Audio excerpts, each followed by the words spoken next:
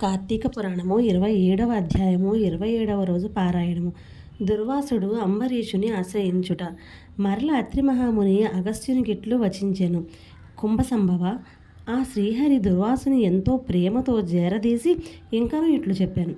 ఓ దుర్వాసముని, నీవు అంబరీషుని శపించిన విధముగా ఆ 10 జన్మలు నాకు సంతోషకరమైనవే. నేను అవతారములెత్తుట కష్టము కాదు. నీవు తపశ్శాలివి, నీ మాటలకు విలువ ఇవ్వవలెను గాన అందులకు నేను అంగీకరించి తిని. బ్రాహ్మణుల మాట అసత్యమైనచో వారికి గౌరవం ఉండదు. ఇటు భక్తులను కాపాడుట, అటు బ్రాహ్మణుల మాట తప్పకుండుట నా కర్తవ్యము.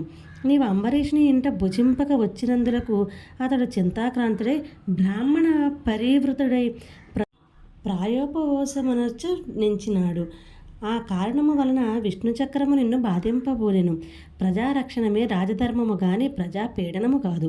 ఒక బ్రాహ్మణుడు దుష్టుడైనచో వారిని జ్ఞానులుగా బ్రాహ్మణులకే శిక్షింపవలను. ఒక విప్రుడు పాపి అయినా మరొక విప్రుడే దండించవలను.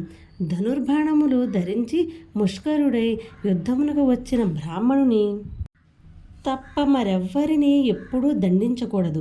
బ్రాహ్మణ యువకుని దండించుట కంటే పాతకము లేదు. విప్రుని హింసించువాడును హింసింపచేయువాడును బ్రాహ్మణ హంతకులని న్యాయశాస్త్రములు ఘోషించుచున్నవి. బ్రాహ్మణుని సెగపట్టి లాగిన వాడును కాలితో తన్నిన వాడును విప్రద్రవ్యమును హరించువాడును బ్రాహ్మణుని గ్రామము నుండి తరిమిన వాడును విప్ర పరిత్యాగమునరించిన వాడును బ్రహ్మహంతకులే అగుదురు. కాన ఓ దుర్వాస మహర్షి, అంబరీషుడు నీ గురించి తపశ్శాలియు విప్రోత్తముడును అగు దుర్వాసుడు నా మూలమున ప్రాణ సంకటం పొందుచున్నాడు. అయ్యో, నేను బ్రాహ్మణ హంతకుడునైతనే అని పరితాపం పొందుచున్నాడు. కాబట్టి నీవు వేగమే అంబరీషుని కడకేగుము. అందువలన నీ ఉభయులను శాంతి లభించును అని విష్ణువు దుర్వాసుడికి నచ్చజెప్పి అంబరీషుని వద్దకు పంపాను. ఇట్లా స్కాంద పురాణంతర్గత వశిష్ఠ ప్రోక్త కార్తీక మహత్యమందలి 27వ అధ్యాయము 27వ రోజు పారాయణము సమాప్తము. ఓం నమ శివాయ. హర హర మహాదేవ. శంభో శంకర.